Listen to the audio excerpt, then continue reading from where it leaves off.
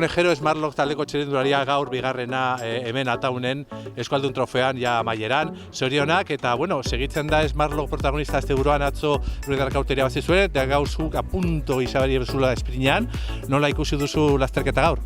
Bai, atzo lortu genuen beste behin irabaztea, gaur ez da posible izan.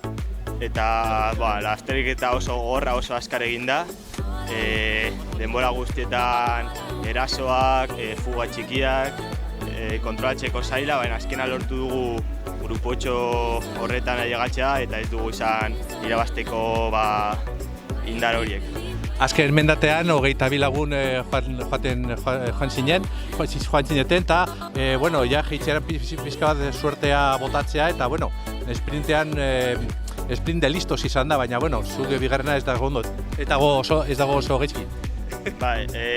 Azken mendatean, bost edo geratu gara goian, egia esan da justo hemen kilometro batera beste grupotxo bat harrapatu digute, errastik erasoa jo du, oso ondo egin du, sartu da lehenengo esprinera eta ezin izan dut bera aurreratu. Zorionak etza eskerrik asko, venga, agur. Eskerrik asko.